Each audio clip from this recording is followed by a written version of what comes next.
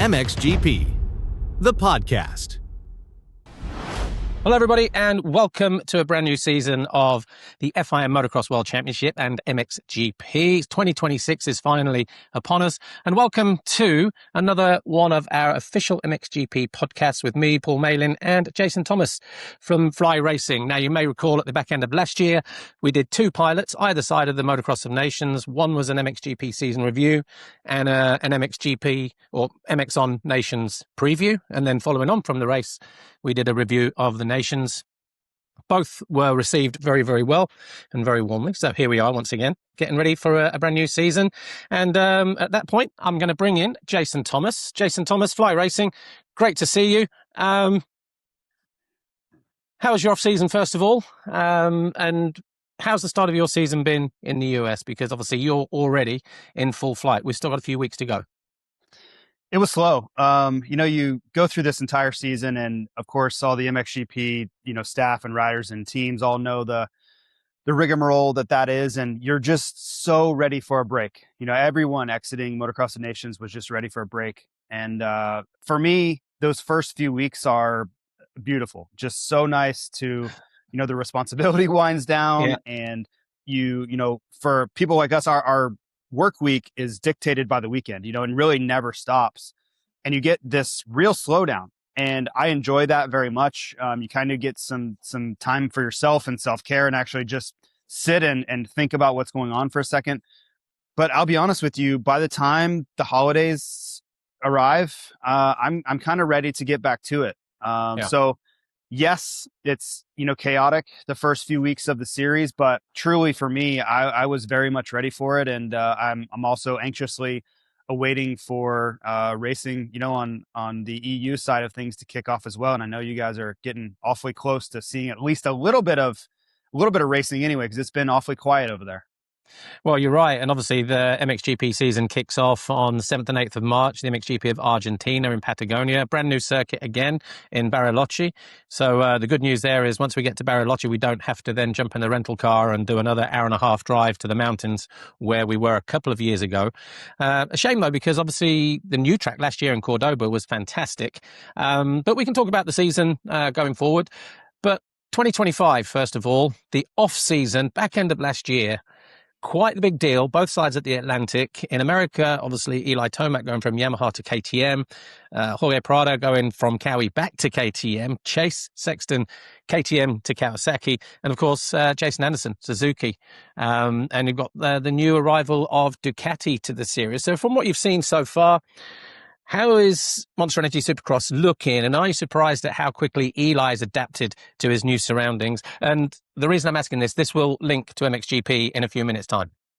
I am surprised. And I don't know if we've ever seen, and you're much more of a historian than I'll ever be. I try, but you set a really high bar there.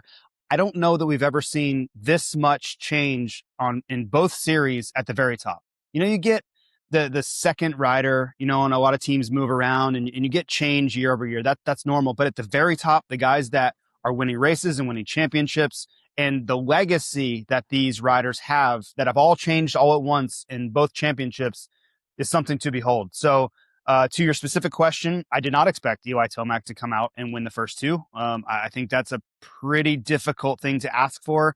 His best start ever was something like 3-4 combined between the two, as far as an overall first two rounds. This is historic for him to come out and do the things that he's doing to win the first two. And at his age, on a brand new team, changing chassis, changing staff, changing virtually everything in his program. It's anybody who said they had this pegged, I would question your whether you're telling the truth or not to yourself. But it's been amazing to watch, right? When we get these type of performances from guys that we don't know how long a person like this can be around, the second winningest rider ever, I think you really have to embrace it because it is such a thing to remember. So, no, I didn't expect it. I expected something somewhere maybe between the trials and tribulation that Sexton has gone through and the excellence that Eli Tomac has put forth, something in the middle, maybe a podium, but also, still trying to put the KTM through its paces. So credit to everyone involved in Orange. They've really done a great job of getting him where he needs to be, because he is fickle. If you talk to anybody he's raced for over the years, he's not easy to please. He's very demanding with what he wants from the motorcycle. He has very specific settings that he likes that don't really align with other riders. So you can't just take someone else's setup and slap it on the number 3 and he's going to be happy. So you kind of couple that with, we'll get into the Jorge Prado developments that we've seen. They've had their hands full on both sides of the Atlantic this offseason. And so far, you have to give them an A+.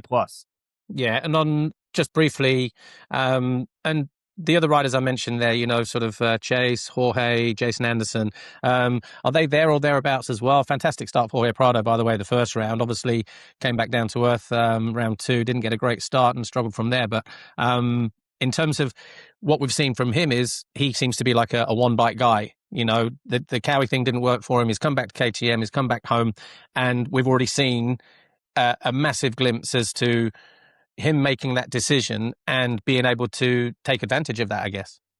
Yeah, for Jorge, that's okay. If only one program works, well, congratulations, because you're on one of the most successful programs in racing. So I see no reason why that can't continue to work. That first round from Prado was exceptional. Anybody that wasn't surprised, I'd love for you to pick some lottery numbers for me, because it took me aback. Did I think he could be much better than he was in 2025? Of course, because so much of this is mental, and he believed he was going to be better. He believed he was on a better program, which is naturally going to improve his results. But to go to 4th in qualifying, winning a heat race, and on the podium in the first time out I think that was a bridge too far for anybody to really say on the front end. But great job, Jorge. Nobody really was believing in him going in. Of course, he has his supporters and even people like Davide DiCarlo. Everybody's rooting for him. Even myself, I know he's much better than what he showed in 2025. But this guy, the guy that even in San Diego, poor result, I think he learned, or I think remembers, how difficult things are when you get a mid-pack start, because everybody's pace is so similar. But the qualifying, he threw up another 2nd place in qualifying position there. He's proving that he has what it takes to succeed in Monster Energy Supercross, where coming out of 2025, that was very, very much in question. So regardless of the second round result, Jorge Prado has a lot to smile about so far in 2026. Yeah, and obviously that brings us perfectly now to MXGP. There were 2 major shifts in MXGP, Jeffrey Hurlings and Tim Geiser. Let's start with Jeffrey Hurlings, 17 years at Red Bull KTM, and obviously goes from Red Bull KTM to Honda HRC. Complete with his 5 world titles, his 215 race wins, 315 top 3 race finishes, almost 160 podiums and 112 Grand Prix victories.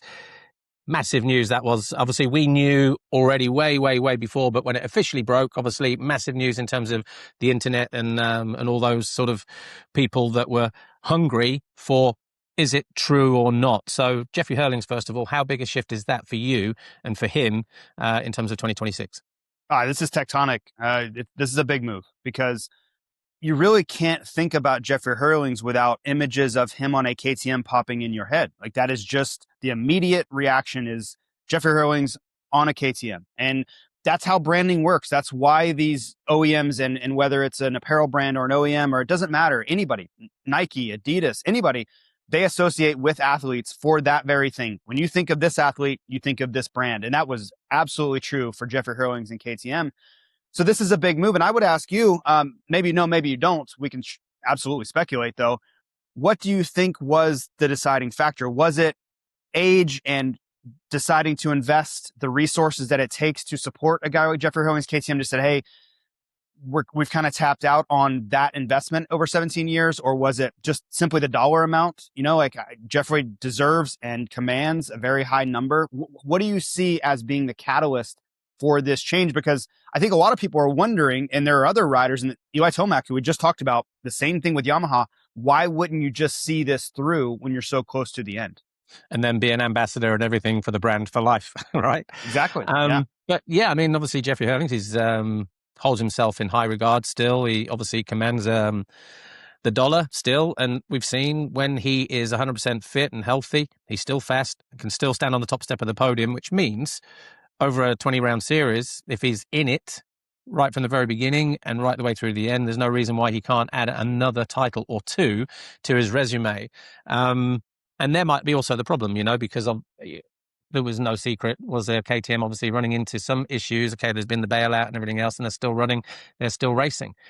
But I wonder if that also influenced his decision, going forward. But either way, politics or whatever aside, he made a decision. He's backed himself to try a different brand, and you read all the PR and you hear his interviews afterwards and stuff. And since the news broke on January the 1st, and HRC, Honda, a big thing for him growing up as a kid was always the team, and obviously to at least be part of that for one time, that sort of says to me, when people say regret the things you did rather than things you didn't do, I think he would have maybe in the back of his mind when the opportunity came up, regretted maybe not taking that opportunity just to see if the grass is greener on the other side and how the other side tick, maybe.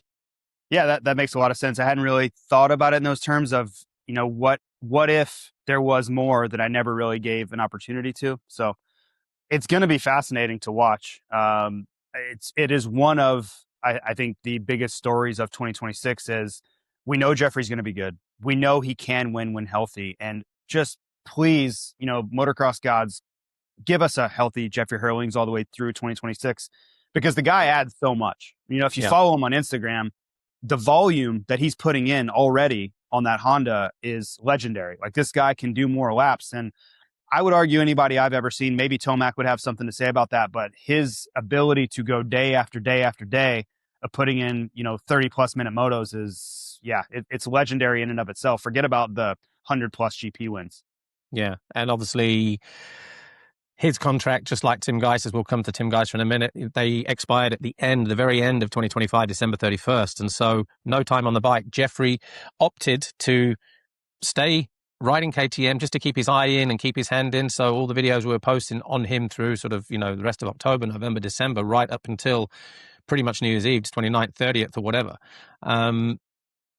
He was just riding a production bike with some suspension in it with his training mechanic, Dave Needham, just so that he was ready to hit the ground running come January the 1st. And obviously they had a plan at Honda HRC, didn't they, to hit the ground running, come in January the 1st, photo shoot, first thing in the morning, break of day, and then get out. And then what we've seen then on social has been day 1 testing, day 2 testing, day 3 testing, day off, and then day 4 and 5, So as you said, the amount of riding he does and how he crams it in is impressive all by itself. But he's having to do that at the moment just to play catch up, because his teammate, who we'll come to as well later on, Tom Vial, we saw him in Paris, was already sort of ahead of that a couple of weeks after the Nations or beginning of November.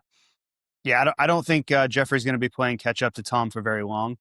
Like you but mentioned in terms there, of bike setup and things of like course, that. Yeah. I'm kidding. But I do think you make a good point about a lot of people, maybe are new to the sport or didn't get to race at any high level. Being, I guess, keeping the flame somewhat lit is a good analogy here. You don't want to just stay off the bike. Say Jeffrey had a bad breakup with KTM and just decided, you know what, I'm not riding until January 1. And this is, say, starting November. That's going to put him so far behind. He would have to do so much work just to get back to a neutral level. So even if he had to go out and buy a motorcycle to not break his KTM contract, to just stay fit, stay sharp, it puts him so much ahead of the curve, as you mentioned, on January 1, because he's not sorting out his body. He's not sorting out his fitness. He's not trying to get his reactions going again. He's immediately able to go from, I'm pretty close to a functional level here. I can just now focus on the motorcycle. Like, my body is in a good place. I'm sharp. I can put all of my attention into getting this, factory Honda, whatever model they're on now, maybe 2028, prototype, into a place where it needs to be, versus trying to play catch up on my own personal self. What were your first impressions then? January 1st, obviously, the first couple of days, I'm not going to lie, it looked a little bit weird. The recent stuff is looking a little bit more normal. How did you sort of perceive it, and what is your continued perception as to how he looks, and are you seeing slight improvements in terms of that speed coming back as he gets more comfortable on that motorcycle? Yeah, I had a lot of people kind of hypothesizing, had he been riding the Honda secretly?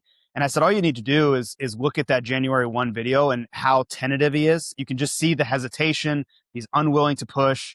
It's very un-Jeffrey Hurlings like. That is your clear giveaway that was his first day, because every single day has been more aggression, more willingness to trust the bike, push, push, push. That first day, he looked probably the worst version of Jeffrey I've ever seen because he hadn't ever ridden that motorcycle before and he wasn't sure. And there's a lesson in there for, again, that person that's never raced before. Racers, everything is based off of trust and anticipation. And your body knows what the motorcycle is going to do before it even does it. You see a set of circumstances, you know exactly what's going to happen before you even get there. When you don't know anything, it's a brand new bike, brand new everything. That is a process. And you could see him working through that. He's working it out as we go, and it's just gotten better and better and better as his trust has caught up to the situation. So, I think it's been pure progress the whole way. And you just touched on the next thing I was going to sort of come up with was, and everything is brand new.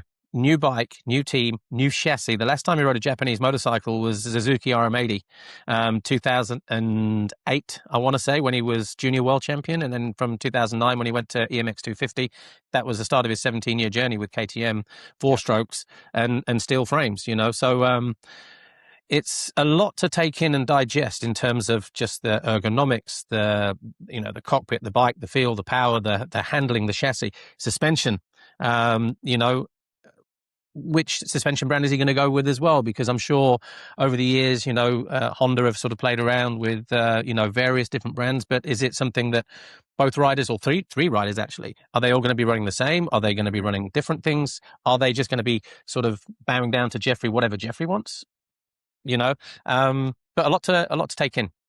Yeah, it is. And just speaking with, I know, Darren Lawrence has kind of mentioned it. It's great for Jet to kind of bounce things off of a legend like Jeffrey now. Like they have a pretty good relationship, is that I think they view themselves, each other, not a threat, right? So that allows them to be super cordial and talk about things. But those two being able to kind of talk about the Honda is going to be interesting as well.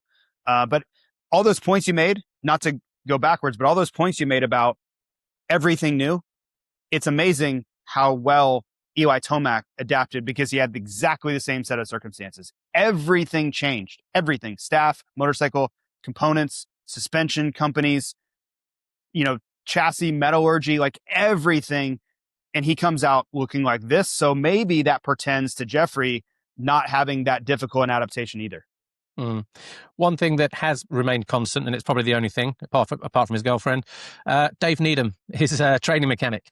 Been with him a few years now at Red Bull KTM, and he has made the switch with him. He's been riding with him right up until December 31st. He was there day one in the background and working with him and things like that. So in terms of somebody with knowledge as to what he likes in terms of, just general setup, how important is that? Because if you go there completely alien and there's nothing familiar about your surroundings at all, surely that's got to be even harder than at least taking one person that knows you intimately in terms of the motorcycle that you've been riding for the last few years, in terms of your ride heights, everything like that in terms of to do with suspension, the kind of changes you've made on different tracks, how you can maybe sort of adopt that and adapt that with your new surroundings. I do think it will help. It'll help him find comfort more quickly, just because he knows all of his tendencies. He knows what he likes, knows what he doesn't like. So is it going to lead to him winning or not winning? I would say probably not, but it's going to speed things up. It's just going to make life a lot easier. And when they do face challenges, which they will, everybody does, you're going to go to racetracks where the bike is it's a condition that you haven't tested for and you haven't seen on this chassis because it's still new. A guy like that, who has been to every practice track and every condition and been there lap after lap after lap, he's going to maybe be able to share some ideas and get them to where they need to be more quickly. Because it's always that. It's not that they won't ever find a solution for a set of conditions. It's how quickly can you get there so that next moto, that next qualifying session, whatever it may be, is not a throwaway because you hadn't found the answers quite yet. So a person like that with a lot of background knowledge, maybe don't have the data on the specific bike, but the knowledge and the understanding of the rider and what they like, I think can help speed that process up and just get them there more quickly, which in the end can save a lot of points. And what did you think in terms of how he looks on it? Because one thing I've noticed with Eli, going from Honda to Cowie to Yam to KTM, he looks exactly the same. When we saw Jorge Prado go from his gas to Kawasaki, he didn't look the same kind of rider, and Chase has been a bit up and down in terms of a mix. Jeffrey looked very different as a rider. On the KTM, big, hunched up, sort of manning the bike. It almost looks like, even though as slim and as sleek as the Honda is, it almost looked like he was even smaller on that bike. Maybe it's body armor, who knows, and things like that. But he didn't have that same initial sort of attacking style. Maybe it will come when we get to race weekends and things like that. But I just wonder, even riding gear can play a part. He's always in orange when he's racing, and now he's going through whatever Fox have in terms of different colorways, 2026. And so we're just not used to seeing these many changes. What were your quick thoughts on that, on how he looked, first of all? Yeah. And Honda has a long reputation of having just a sleek, really nimble motorcycle, and they're always on the cutting edge of innovation. And you look at the chassis that they're running, Ruben Fernandez was on the front end of having the next year's prototype. Going back to Max Nago years ago would have this chassis. You're like, what is happening with that? I've never seen that before, especially coming from the States where we have this production rule. I think he's going to get there. Just watching the last couple of days, him attacking these sand tracks, you're starting to see that, aggressive style come back into it. And I think it's just going to be the new normal. Eli Tomac looks exactly like he used to, but think about Eli. He jumped on that bike in probably late October, being realistic. So he's multiple months into this thing, and they've moved heaven and earth to get him comfortable on that motorcycle. I don't expect anything different for Jeffrey. It's a process. And I think as they continue to make adjustments to the bike to get him more comfortable, his riding style will improve as well. And I think with Prado, one of the main reasons he just never got there. Not ever did you hear Jorge talk about, the bike's exactly where I want it. I feel extremely comfortable. I'm able to push to the limit. He never said that. Not once, not in, a little less than a year of being on the motorcycle did I ever hear a comment like that. But I do think that they're going to get there with Jeffrey, the resources that Honda has at hand. He's already talked about they had 20 Honda Japanese engineers come over to get him comfortable. So sky's the limit on what they can do to get him where he needs to be. Moving on to Tim Geiser then, obviously 12 years at Honda, whether it was just Garibaldi or later on Honda HRC. He moves to Monster Energy Yamaha. 5 world titles, 125 podiums, 97 race wins. His footage broke a couple of weeks later than Jeffrey's. What were your first impressions when the video broke a couple of weeks into New Year? Because personally, I thought he looked very comfortable pretty much immediately. Well, my first thought didn't look sort of as alien as maybe Jeffrey did in those first couple of days on the bike. Thoughts? Agree with that. My first thought was, why am I having to wait so long? I want to see stuff about Tim. I want to see the new team. I want to see the new bike. So I wasn't sure what was happening. I was like, where is the news? But it finally came. We got to see it. And you never know what's going on. Maybe Tim was dealing with some sort of injury that he couldn't ride. Yeah, there's a lot that has to happen for these things to be executed. Livery has to be sorted out. Sponsors, with bringing in a rider like Tim, there's a lot of new things, right? New sponsors. Everybody wants to be a part of it. They probably were working through 10 million changes to get the correct logos and where Tim needed to be, new gear, all those things. It's truly a nightmare to execute, especially if not everything's in place. But to your point, Tim did look great. I thought he looked really comfortable right away. He didn't have that hesitation look that we saw from Jeffrey on day one. And maybe that's simply from it being the very first day to being a week or two into this process. But I don't really have any concerns for how Tim is going to be. I would say the only real concern is that we have not seen Yamaha be a championship player in quite a while, right? And you hear things like working through chassis changes and modifications and the back and forth.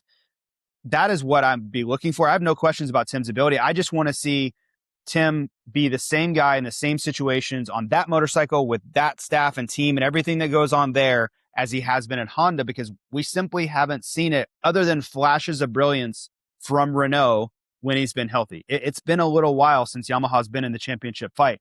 Now they have the guy, they have the most important asset right now, which is the rider. Now it's up to the rest of the program, everything that goes into the championship recipe to kind of fill the void and get Tim to where he needs to be. we spoke about Jeffrey going from an Austrian brand to a Japanese brand and all of the differences that kind of comes with. Tim, Japanese for the last 12 years, aluminium chassis. That stays the same. Okay, slightly different configuration and things like that. How much of that is a benefit as well in terms of having to, or not having to adapt to a different feeling that steel gives compared to aluminium? At least he's got something very, very similar, the same. Yeah, okay, the geometry is all going to be different and things like that, from where he's been. But just the substance, the material, will that make a difference? Will that give him an added advantage, one less thing to have to worry about in terms of how that feels overall, or not?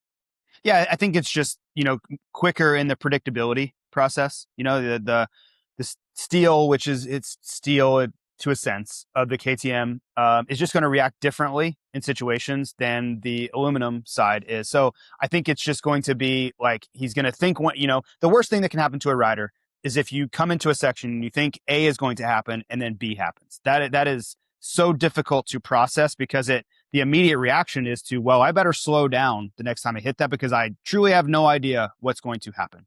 And when riders are doing their best, it's all reaction. It's all instinct, because I've hit this section 100 times in a row and it's done the exact same thing 100 times.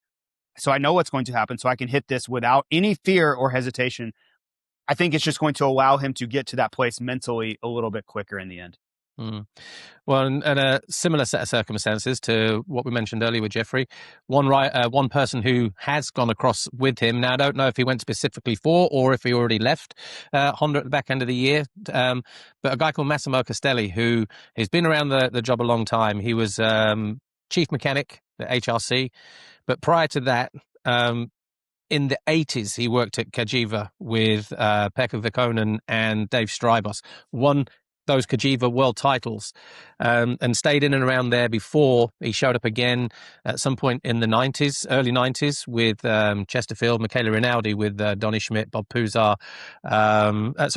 Moore, Alex Puzar, Alessio Chiodi, Andrea Bartolini. Later on, of course, that run of 6 world titles with Stefan Everts from 2001, 2006.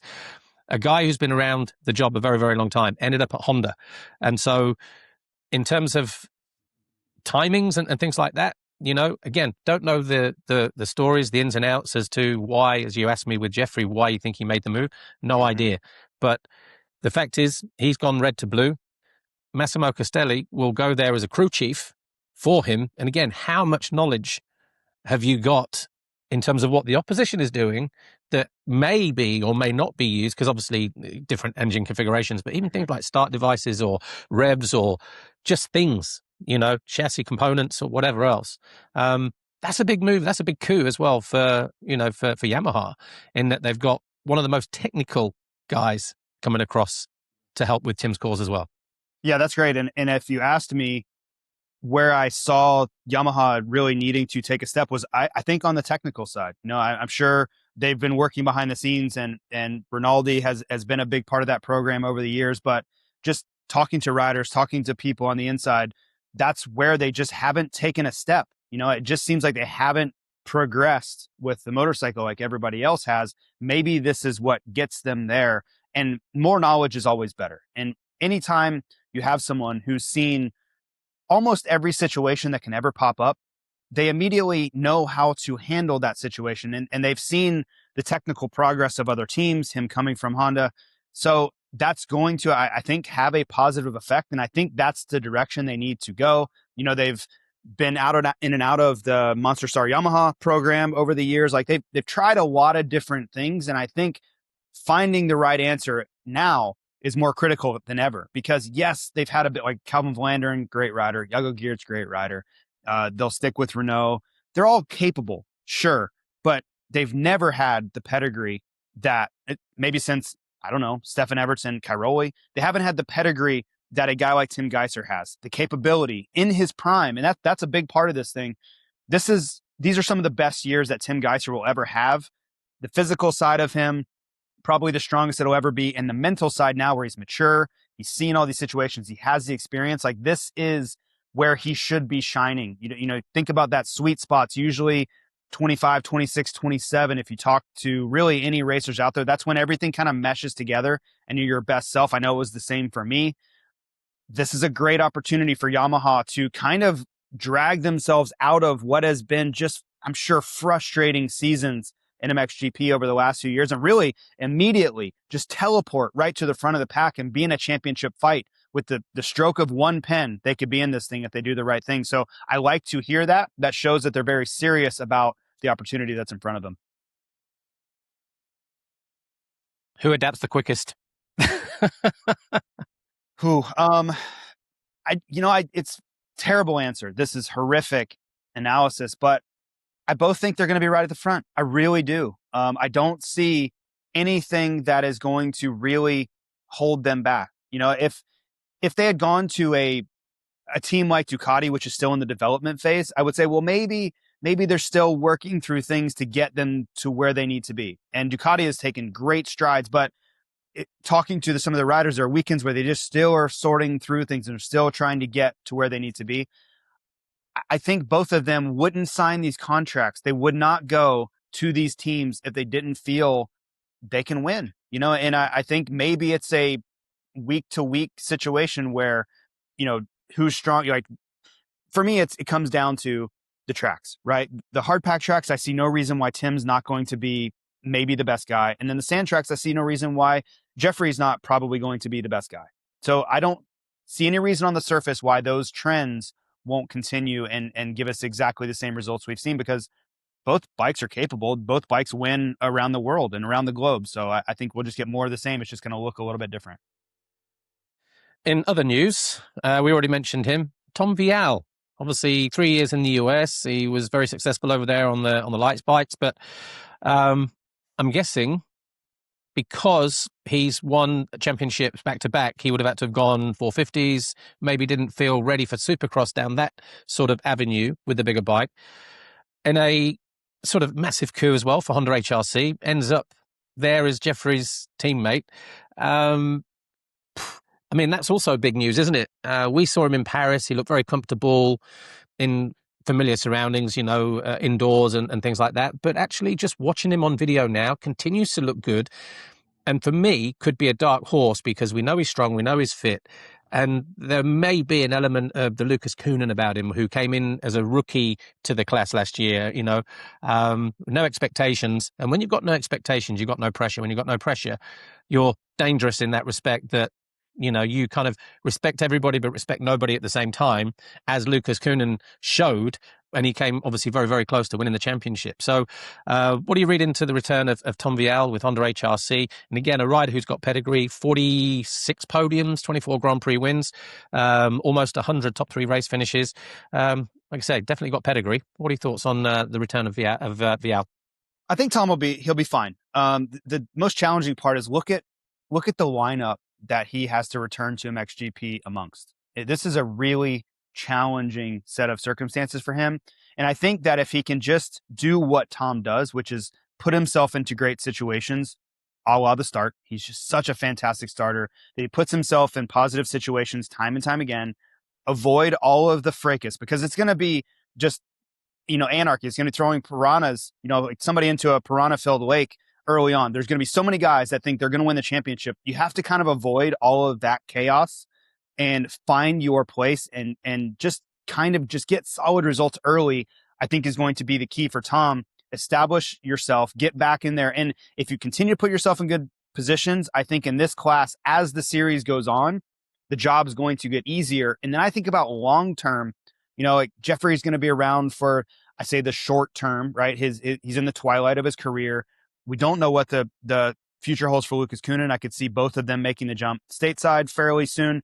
So if he sticks this out and can establish himself as a top 3, top 5 guy in 2026, the job is going to continue to get easier from here, and he can find himself a championship contender. Even if it doesn't quite work out in 2026 for that scenario, in the next few years, I think it becomes more and more attractive for Tom being that guy. So I think don't get discouraged. Understand that the lineup, the landscape at the front end of 2026 is going to be daunting.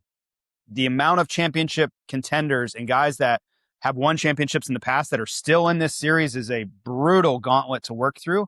But I do like how it sets up for the long term, which is in the end why I think it was a smart decision, because I do think if he sticks this thing out, good things are going to happen for Tom Bial and MXGP over the next 3 to 5 years, let's say. Yeah. Well, obviously, two riders who won't care too much about all that background noise of the return of Vial and the changing of teams for Jeffrey and for Tim Geiser. Roman Federer, the defending champion, two-time world champion now, although it took him 10 years to get the job done. And Lucas Kuhnen, who came in, as we said, as a class rookie. Don't call me a rookie. But, dominated once these wrists were sorted. We saw how consistent and how devastatingly fast he was. Talk about Roman Federer real quick. Obviously, no changes for him. Team stays the same. He remains on familiar machinery, which has suited him since he switched a few years ago. Do you think he's going to come in a little bit more relaxed now? Because obviously that quest for that second world title, putting himself under pressure, he's been in the fight, 3-4 years, so the last 4 or 5 years.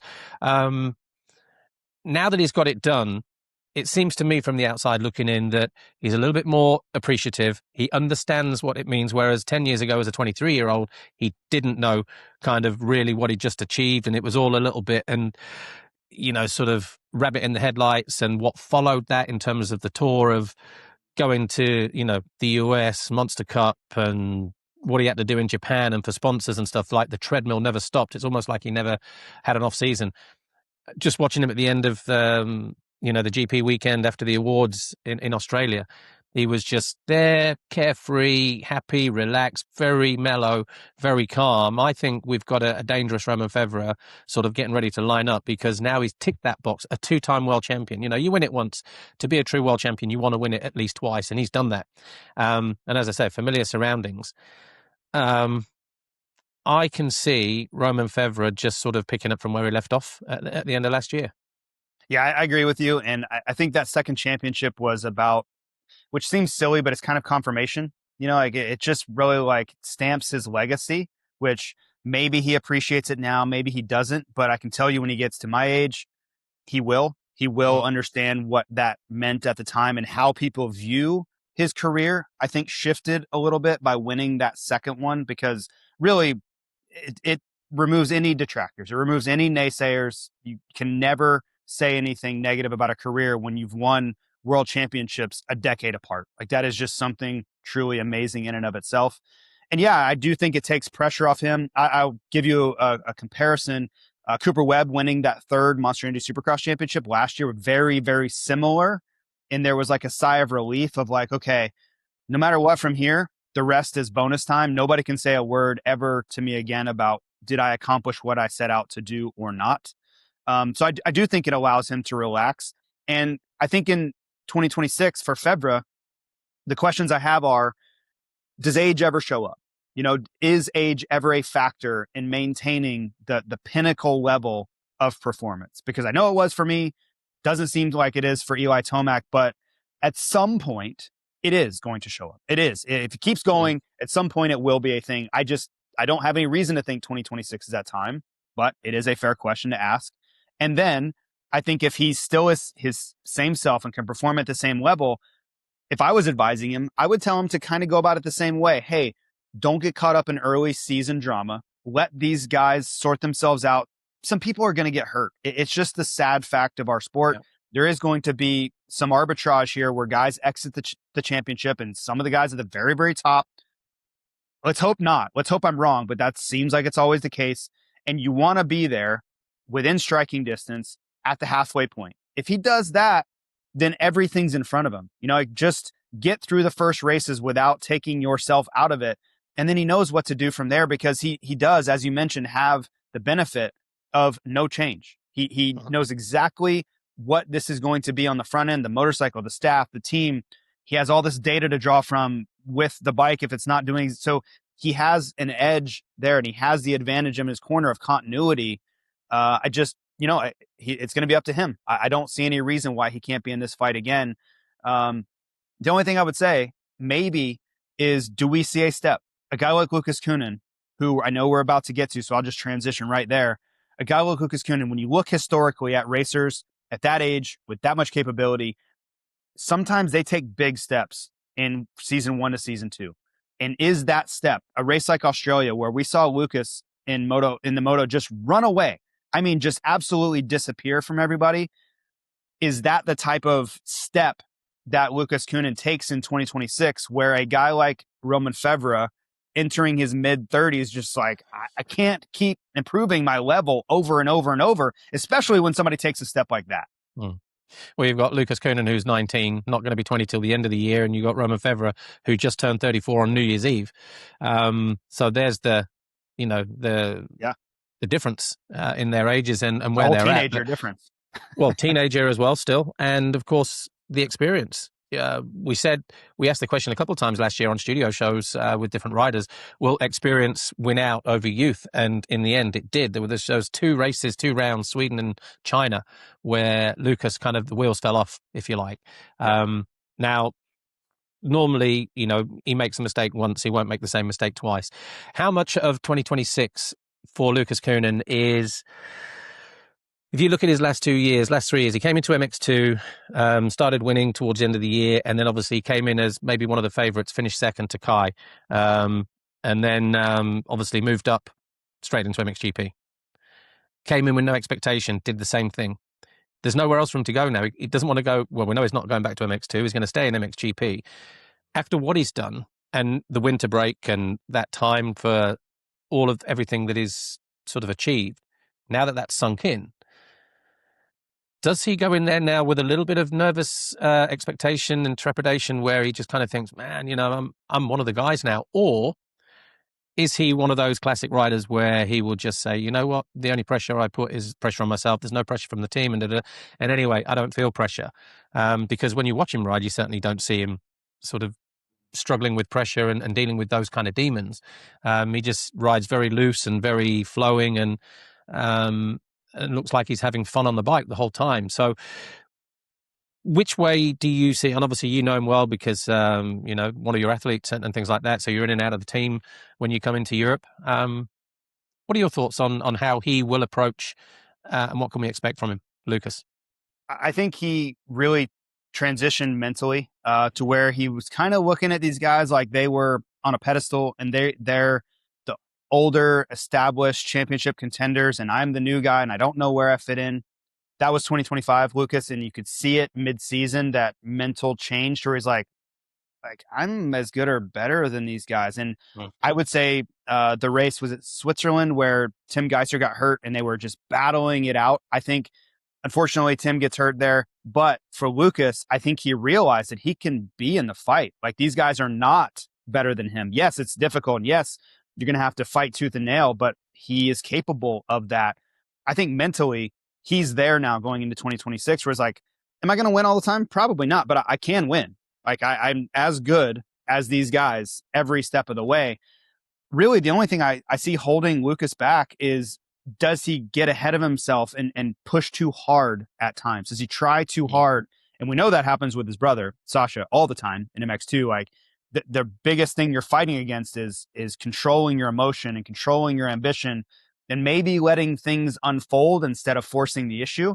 If Lucas can manage that and understand that it's okay to take a second or a third on a day, and then when things are going great, yeah, sure, take the win, but you don't always have to win. Like, championships are very rarely won through just winning everything, domination all the way through. It's usually win a lot, sure, but also third is okay. And look at Romain Febvre. If I was, their team or Davide De Carlo, I would say, look at Romain Febvre's championship. His worst result was fifth twice. That's as bad as it got in the entire course of the season. Now let's contrast that to Lucas's really bad days. And they were far worse, as you mentioned, with really no explanation. If you can shore up those really bad days and you have the speed and the growing confidence and just the talent that Lucas Koenen has, it's a formidable foe to deal with. And think about 19 years old. There's a long runway ahead of that kid. Yeah. 18 race wins on his way to second in the championship in MX2, 14 wins last year on his way to second in MXGP. The kid's got talent. Absolutely no doubt about it. What about, obviously, he's not in the championship this year. Glenn Koldenoff, third overall for the second time in his career. No ride. He's going to be racing in Brazil. 6 podiums. Very strange that he couldn't find a ride. Don't want to dwell on it too much, but what are your thoughts? Is that, again, just an age thing, 34 going 35? Or, I don't know, I'm just as baffled as it by everybody, I think. Yeah, I think it's just got to be age, and teams reach a point where if you can't fight for the championship, and I don't think Glenn's in that spot anymore necessarily where he's going to be, at the front battling for the championship. I think it's an investment equation for teams, and they just look at, okay, we're investing in this rider, not necessarily for 2026, but for 2027 and 2028 to establish branding and establish the return on that investment. And for Glenn, that is becoming less and less. The ability to recoup that investment for the long term is dwindling simply because his career is winding down. So I was actually very surprised that he wasn't able to find a home. You look at the relationships he's had over the years, a guy like Louis Vosters and some of these guys, like it was surprising. But this is just the natural progression. A lot of times riders will make that decision on their own. They'll just say, hey, it's my time. This has been amazing. But for Glenn, didn't seem like he wanted to go that route. So off to Brazil and maybe learning some Portuguese we go. And it's like I say, it wasn't like he wasn't offered a ride. It's just not something that he felt he could accept. Right. And you mentioned Louis Vosters, his boss there. He's now going to be moving from Fantic to Ducati. 3 riders there. Jeremy Seewer remains. Andrea Bonacorsi remains with the team, but different brand. And obviously Calvin Villanoren comes in. And even in the US, Ducati making their presence known in the first couple of rounds with Dylan Ferrandis and obviously Justin Barsha with Troy Lee. Big year, potentially. Because in MXGP terms, they had their first full year. They had a couple of races the year before. They're going to be going at it second full season now. What can we expect from them? And are you expecting some kind of EU-US alliance, transatlantic alliance, where that process, that transfer of information will be full flow? Yeah, I think they should absolutely lean on each other because, information and knowledge is truly power, especially in this development phase. So if they're not sharing information, I would say that's to their, that's their own loss. There's really no downside to doing that. But yeah, I think they're still in this, comeuppance where they're still developing things and they're making big strides. Make no mistake. If you watched Justin Barsha before his, injury, he'll be back relatively soon. But Dylan Ferrandis has been inside the top 10 consistently. I've been incredibly impressed with their performance in the US straight away to be right there on Supercross, which is very, very different ask of the motorcycle than MXGP or Pro Motocross. Very high marks I would give to them on the development side of things.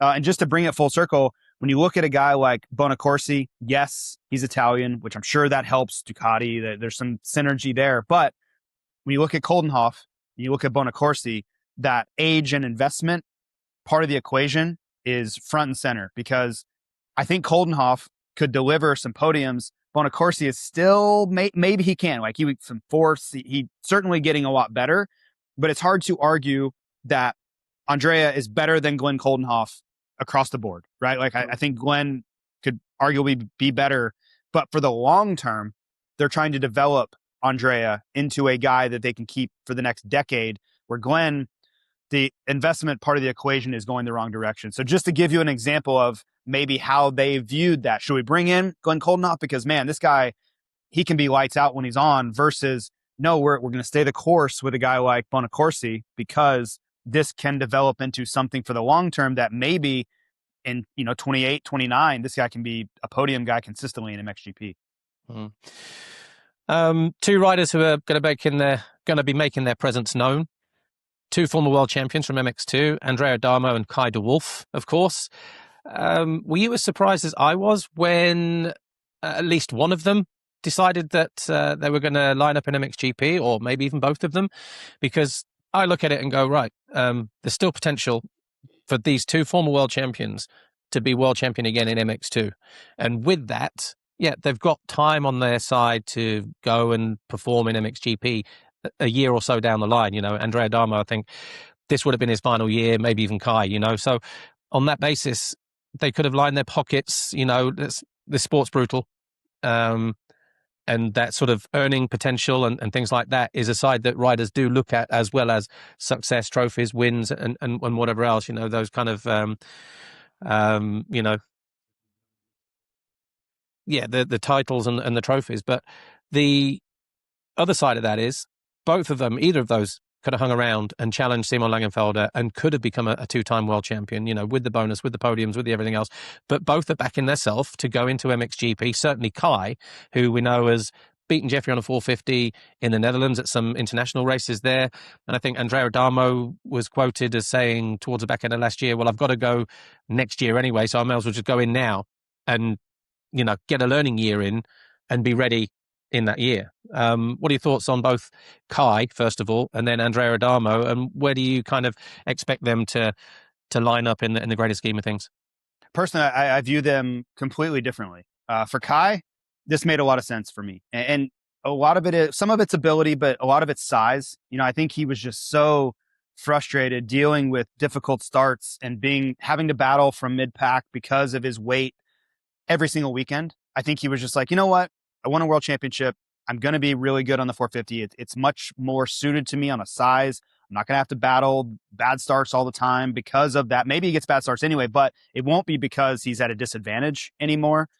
I think this makes all the sense in the world for Kai to make the move now.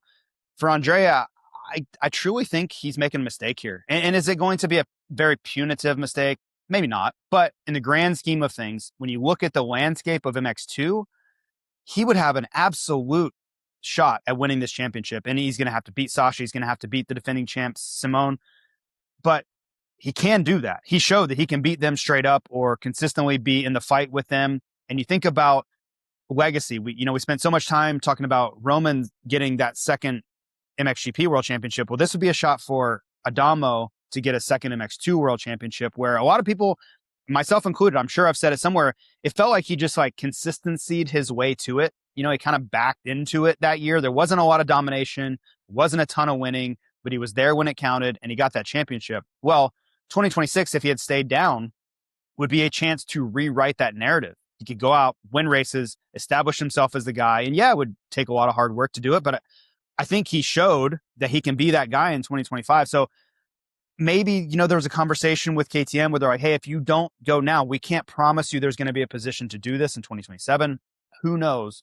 But to me, Kai made a lot of sense. The Adamo one, I would have advised him to stay down, both financially, opportunity wise, and then make the move in 2027. That would have made a lot more sense to me for Adamo. So we'll see. Maybe I look foolish and Adamo comes out and is immediately in the fight in MXGP. But when I look at the entry list for MXGP, I struggle to think Adamo is going to be inside the top 5 in that list, and he could be winning GPs consistently in 2026. So time will tell. Just an interesting move. And on the surface, it looks similar.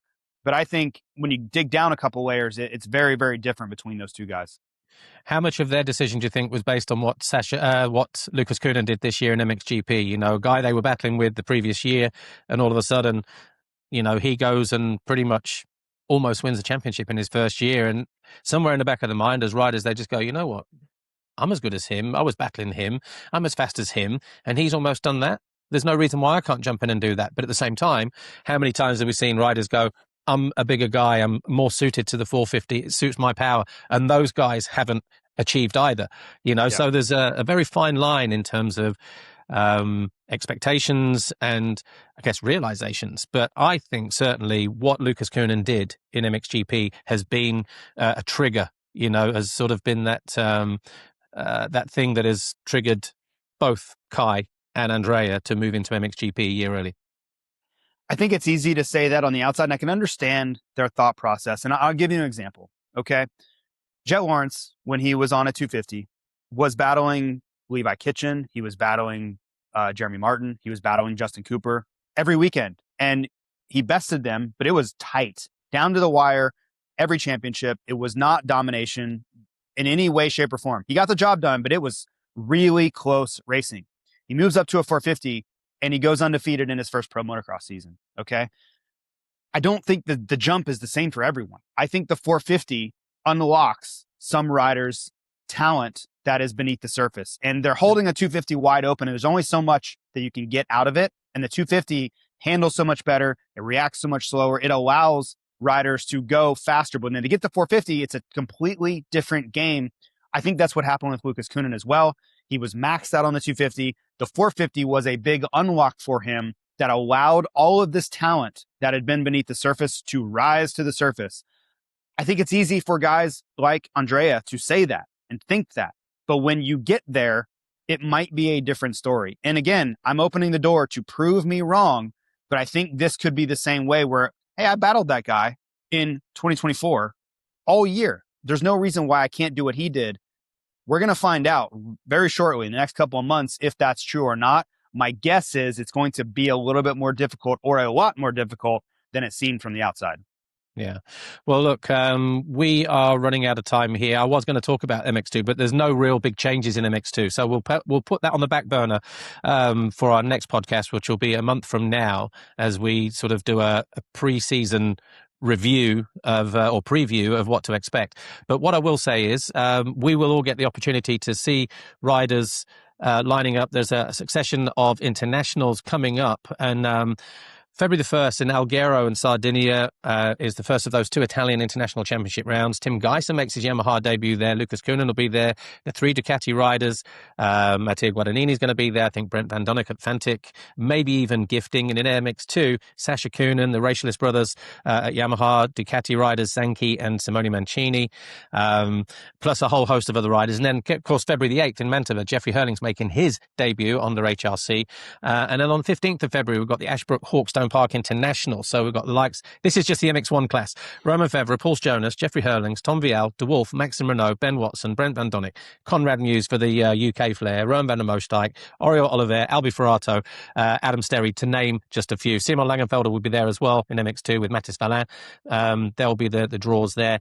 But yeah, the Italian Championships, they're going to be a live stream. There'll be more details on that, I guess, nearer the time as to how you want to watch that. Certainly, everyone's going to be keen to know. And it will only be the first race, and it's only a pre-season international, but people will be looking at it going, wow, he looked good, he looked impressive, or he's a million miles off of where he should be. Fascinating to watch those. So yeah, just judging by that, they get their opportunities to have a couple of rides, and they're going to need them before they get to Argentina, aren't they, Jace? Yeah, it serves a few things. One, gives them a warm-up. It allows them to kind of work through the paces, but also I think they're early enough. You know, if you're racing February 1, you're going to have a month and a half. If things are nowhere near they need to be, you can make significant improvements and changes within that time frame. You can really see a big jump. If you know, a guy like Tim Geiser shows up and he's nowhere near where they need to be, like, you just imagine a world where he's like, the bike's not right, I'm not right, I'm too slow. You have time. And that is a big benefit, because you look at the American series, these guys, they don't race till A1. You know, they practice in all of November, all of December. They show up at A1. If things aren't right, it is red button panic. It is an emergency, because 7 days later, they're going racing again. There's no time to make big adjustments like they have now. So I look at it as an opportunity. If things aren't perfect, everybody look at it as this is a learning process. And they all know this. They've been doing it. But it is a very different dynamic than what we have in the SMX series in America. I think this is just the first step to getting them to where they need to be when the MXGP Championship kicks off, and it's more of one step of the process. Yeah. And obviously there's a Dutch international as well the week after Hawkstone Park, Leerop in the Netherlands. So Kai will be there, Jeffrey will be there as well. So they've got opportunity, at least 2 races for some of them. Some will do maybe 2 or 3 races just to sort of get that shakedown. And it'd be interesting to see how that goes. And actually, when we do our next podcast at the end of February, would have seen enough to know, and then even results-wise, to then start commenting on what we've seen and jump on the bench race once more for our next one as to what we can expect in Argentina. Yeah, please stay healthy, guys. I watch these international races. I'm just like, I have no vested interest, right, other than entertainment, but I want a healthy MXGP lineup, because, man, it is stacked in 26. Yeah, well, look, we are out of time. Jason Thomas, Fly Racing, thanks for joining us on our first podcast of 2026, the MXGP official podcast. What I will say is anybody wanting to follow MXGP can do so at mxgp.com. And of course, if you want to catch all of the action during the season, MXGP-TV.com as well. Different packages you can sign up per race or for the season. If you sign up for the season, you also get included into the Monster Energy FIM Motocross and Nations at the end of the year at Ernée as well. So you can watch live on demand. You'll get our Behind the Gate series as well, which normally airs on Tuesday, which is very much behind the scenes, just following riders and teams and just highlighting what happened in a 20 26-minute package. We've been doing it for years, but just to reiterate that you can get access to all of those. And it's everything as well, from MX2, MXGP, WMX, EMX 125, 250, the European Championships. And then, of course, when we get to Loquet, 65, 85 European Championship round, Junior World Championship, things like that.